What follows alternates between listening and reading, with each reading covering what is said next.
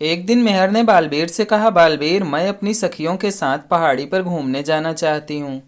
तो बालवीर ने कहा, ठीक है तुम लोग चली जाओ। बालवीर के ऑफिस जाने का टाइम हो रहा था, इसलिए बालवीर वहां से चला जाता है। बालवीर के जाने के बाद मेहर अपनी सखियों के पास कॉल करती हैं। कॉल करने के कुछ ही देर बाद मेहर की सभी सखियां आ जाती हैं। सभी सखियों के आने के बाद मेहर उन सबको साथ में लेकर पहाड़ी की ओर निकल पड़ती हैं। वे अपनी कार से पहाड़ी की ओर चल देती हैं।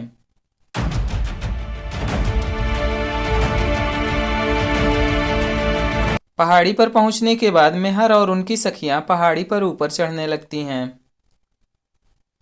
वे पहाड़ी पर एक ऐसे पत्थर पर चढ़ जाती हैं जहां से नीचे गहरी खाई थी। वह पत्थर काफी ऊंचाई पर था। इतने में मेहर की एक सखी परी किसी ने धक्का दे दिया और वह नीचे खाई की ओर गिर जाती हैं। वह बचाओ बचाओ चिल्लाकर खाई की ओर गिरने लगी। दोस्तों, तो आप लोग क्या बता सकते हैं कि इन तीनों में से किसने परी को धक्का दिया होगा? इसे अच्छे से देखिए, सोचिए और कमेंट में जवाब दीजिए।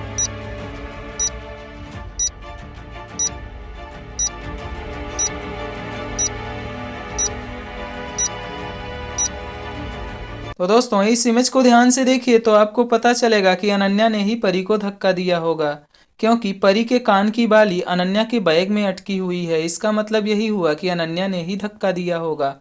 वैसे दोस्तों, आपने क्या सोचा था कमेंट में ज़रूर बताइएगा।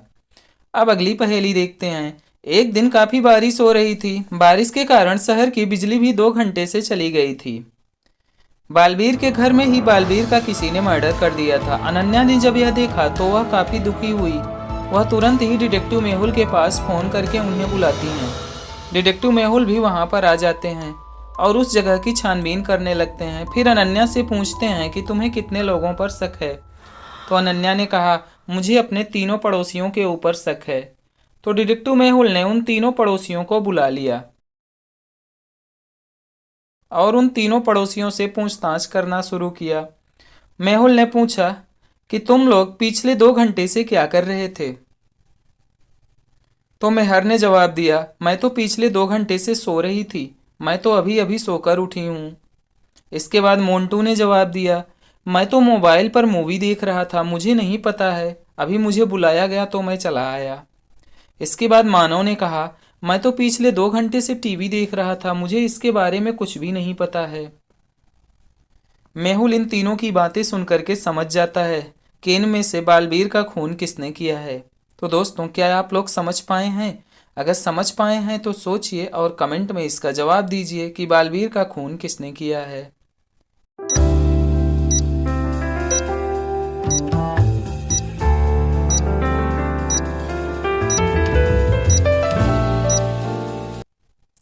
तो दोस्तों, मेहुल ने जब इन तीनों की बातें सुनी तो उसे पता चल गया कि मानो झूठ बोल रहा है। मानो कह रहा है कि वह पिछले 2 घंटे से टीवी देख रहा है, लेकिन 2 घंटे से तो बारिश के कारण शहर की बिजली ही गायब है।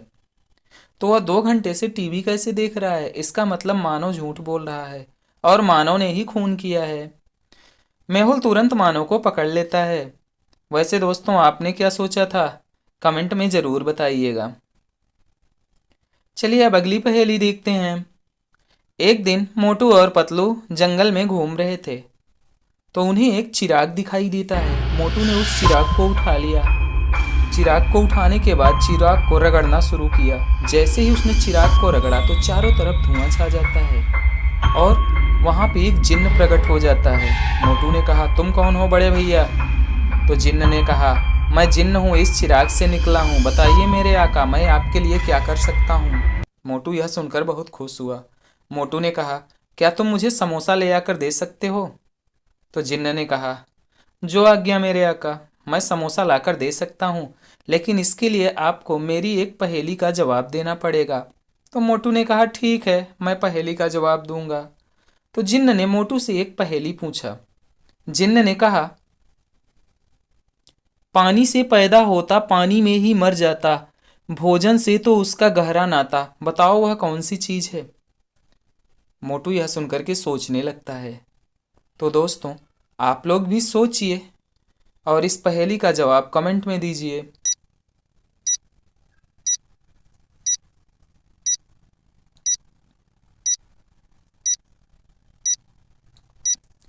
तो मोटू ने काफी देर तक इसका जवाब सोचा। फिर उसने पतलू से कहा, पतलू, खाली पेट मेरे दिमाग की बत्ती नहीं जलती, तुम ही बताओ इसका जवाब क्या होगा। तो पतलू ने इसका जवाब दिया कि वह चीज है नमक। जवाब तो सही था। मोटू ने कहा, बड़े भैया आप समोसे खिलाओ। तो जिन्न ने कहा, नहीं बॉस, आपने इसका जवाब नहीं दिया है, आप इसका जवाब देंगे तभी मैं समोसे खिला सकता हूँ। मैं एक दूसरी पहेली पूछता हूँ। तो जिन्न ने एक दूसरी पहेली पूछा, वह कौन सा पक्षी है जो पानी में तैरता भी है, आकाश में उड़ता भी है और जमीन पर भी चलता है। तो यह पहेली सुन करके मोटू फिर सोचने लगता है। तो दोस्तों, आप लोग भी सोचिए और इस पहेली का जवाब कमेंट कीजिए।